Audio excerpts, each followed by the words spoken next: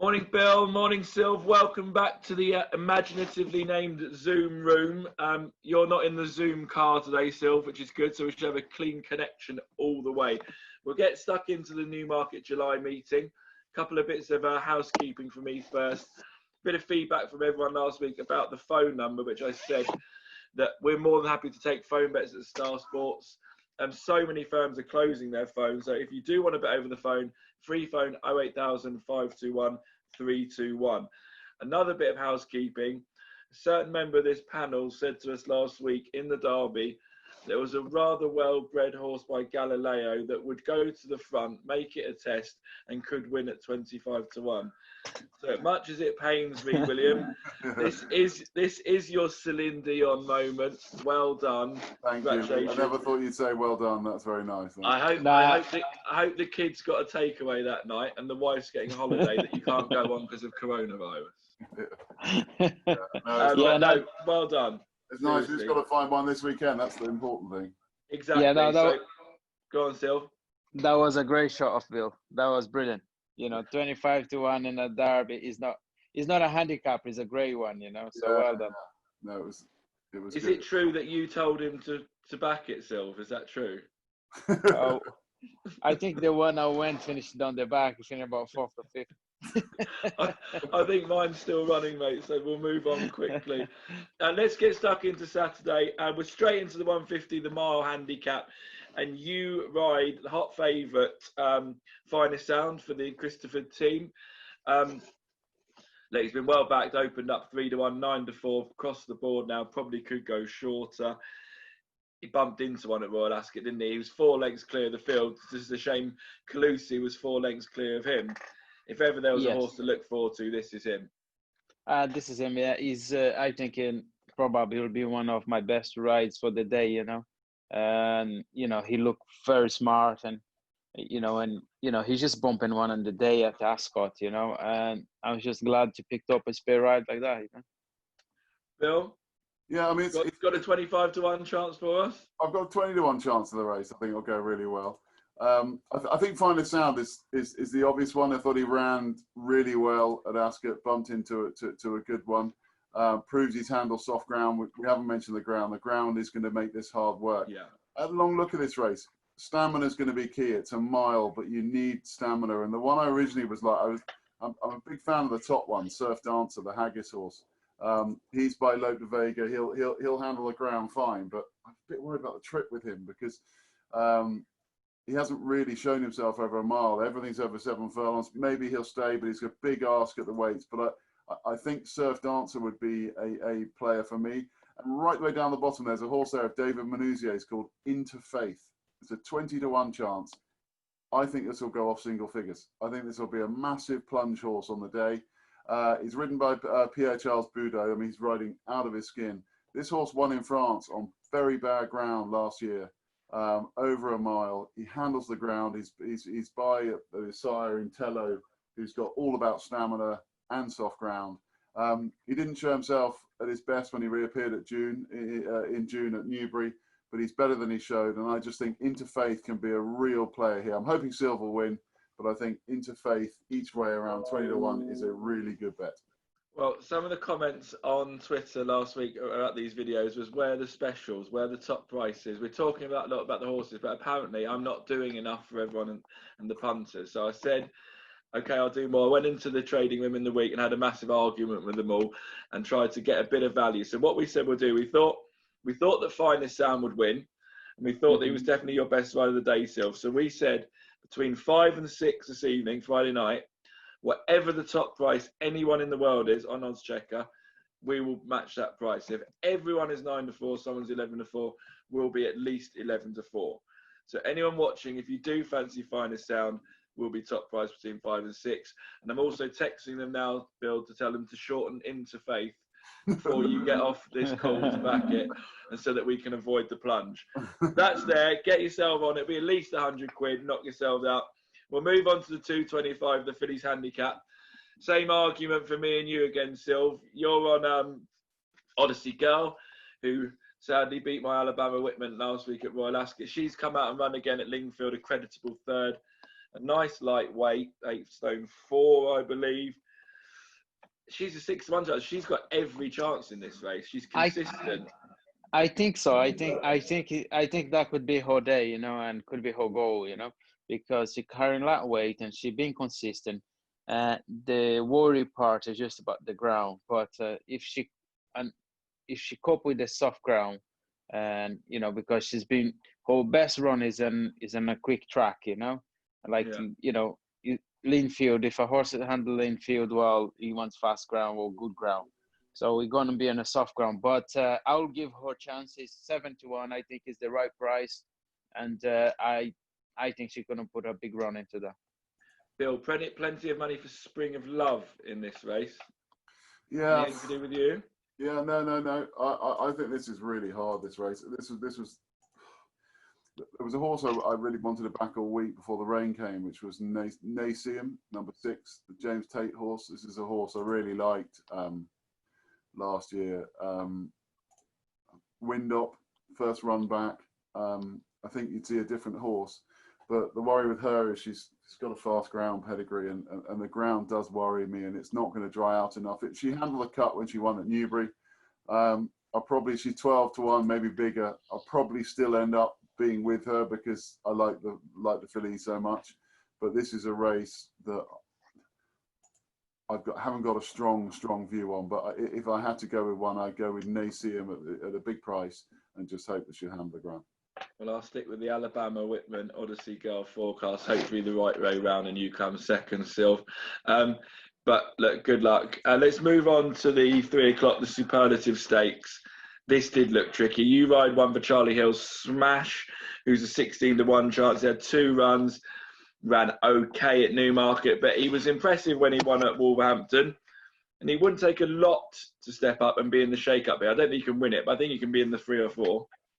Yeah, I'll be happy to finish in the frame, but I think it'll be hard to be John Gosden horse, Seven Kingdom. And yeah, he's, I thought he won very smart and didn't have a hard time.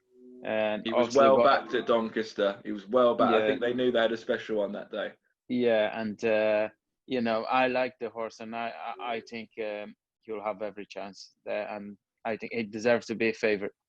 Bill, what did you make of the Coolmore Raider, Hudson River, who was impressive at the cover? They've backed that. That's as short as 3-1 in places now. Yeah, I mean he's an obvious favourite, but you don't know. It's very hard to judge what he beat. But beat a horse called Ace Aussie. Of Jesse Harrington.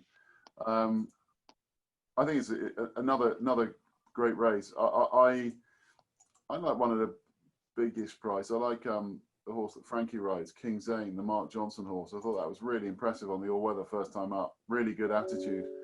Bill, you've backed every winner for the last 3 weeks. I've backed 2 horses this weekend, and one of them is King Zane. So can you just keep your form going for another 24 hours, please? The thing I liked about King Zane is that he did it the hard way. Just from the front, grounded out. And this will be hard work tomorrow for these young horses. And Mark Johnson's already shown this meeting that this is his meeting. His horses are just on fire here. I agree with Sil. I think Seven Kingdom is probably the one to beat. But at the prices, I probably think I'd go with King Zane around 8-9-1. Cool. Okay, I'm with you. Let's hope you can carry on that form. Like I said, you've been flying. Right, in the 3:35, the showpiece of the weekend, the July Cup. Sylv, you ride Shine So Bright here. Is a 25-1 chance that we know things didn't go his way in the Diamond Jubilee. He ran with credit, didn't he, at Epsom in behind Safe Voyage, but to be winning a Group 1, he would have probably needed to win that race. Yes, he is a horse. He depends on the ground. He hates soft ground, and he get away with a good ground, or in the slow side and good. And it's a tough race. And I was talking to Alice. We decided to go for that race and hoping to get the ground, but I don't think we will. But I hope he run well. But I'm surprised. I would. If I wouldn't ride him, I would stick with Hello You Zane, and I think I think he's a good shot. Well, Bill, my other bet of the weekend is Hello You Zane. It's Hello You Zane. I couldn't believe he was 5-1. I thought that was a massive prize. He did everything right at the Diamond Jubilee. I thought he was going away again at the end.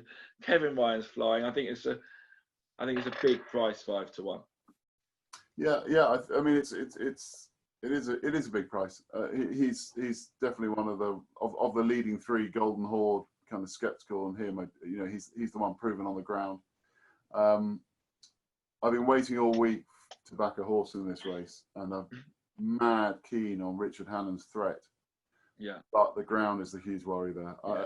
He would be, if it was good ground, he would be a real confident selection, because this is a horse that, if you watch the St James's Palace again, he was last off the bridle there against Pinatubo and Palace Pier. Travelled like a dream, but he was forced out wide the whole way. Real eye catcher, dropped to 6 furlongs, definitely in his favour. Just the ground. This is going to be a bit of a slog. Ground might be, as Silver said, ground might be a bit chewed up by now. It normally goes, you know, everyone says it goes to the flashy 3-year-olds. I've got a feeling this might be really hard work, and I'm going to have a few quid on the old boy Brando, 25 to 1. Really? He's been placed 2 of the last 3 years in this. He didn't run great last year, but the previous 2 years he's been placed. Ran really well in that race at Newcastle the other day.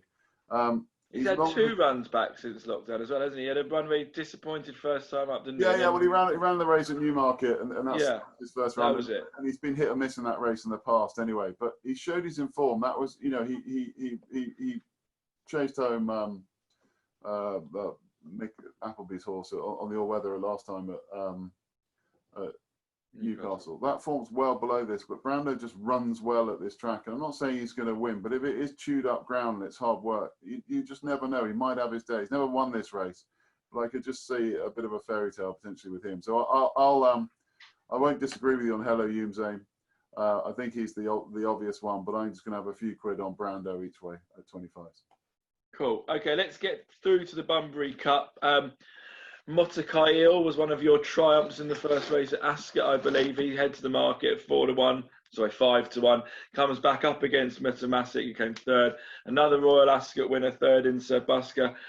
This looked particularly hard. I thought you could have fancied 6 or 7 here. Sylv, tell us a bit about Black Heath, who you ride for Ed Walker. He's a 20 to 1 chance. I confess I don't know a lot about him. Wide open Bunbury Cup. Yeah, it's a very open race, you know.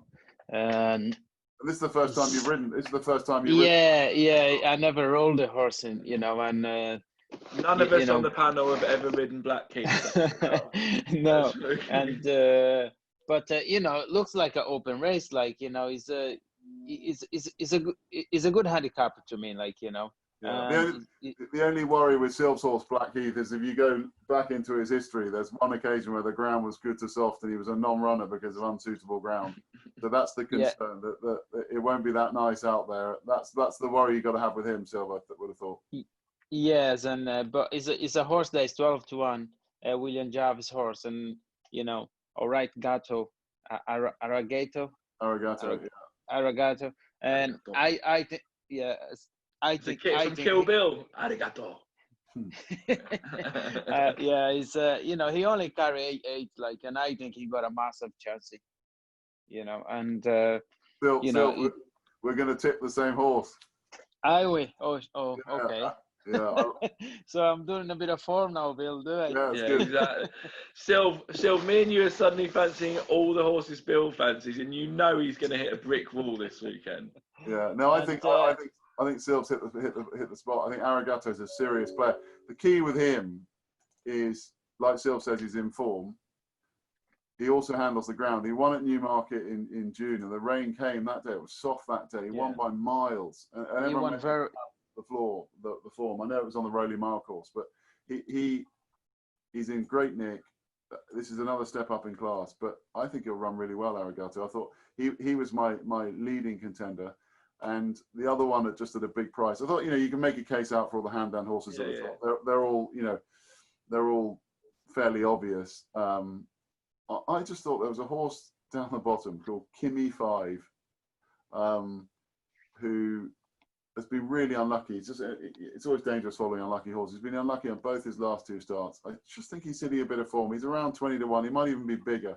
Ground obviously a concern. I think the ground's concerned with all of them, but I just thought Richard Kinscott rides him. I just thought he would run well at 20 to 1. I thought he would just potentially outrun his odds at a big price.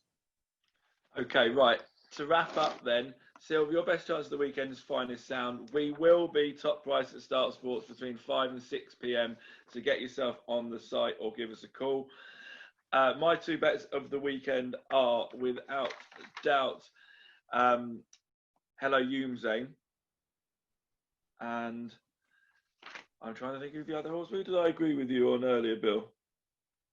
I tend not to listen to what you say, Luke, so I can't. It's incredible if you can't count to 2, isn't it? I've had 2 bets and I can remember one of them. So no, I think it was King Zane you liked in the 3. King Zane. It was King Zane in the Superlative Stakes. So they're my 2 for the weekend. Bill, 2 for the weekend, please. Just at big prices, I go for Brando in the July Cup each way at 25 to 1, just to potentially surprise a few. And I go for that horse Interfaith in the 150. Sylv won't like me saying that, but if he looks in his wing mirror when he's on Finer Sound, it might be Interfaith. Yeah. That comes to challenge him, and just at 20 to 1, I think he's I think he's just overpriced. I think he's priced up on good ground rather than the ground he's actually going to get. Sylv, and for you, give us 2 of the most likely horses to win on the Saturday. Finest to sound, and I wouldn't swap the ride, and I think William Javes, not William Javes, the Seven Kingdom. John Gosden's John Gosden's horse, yes. I was going to have a go at you for forgetting your selection then, Sylv, but you remembered to manage it quicker than I did. So, guys, it's great fun as always. Thank you so much for joining us. Bill, keep the form going. Sylv, best of luck on Saturday, and I look forward to seeing you all next week. Thanks. Thank you so much. Thank you. Bye, Thanks. bye. Yeah, thanks.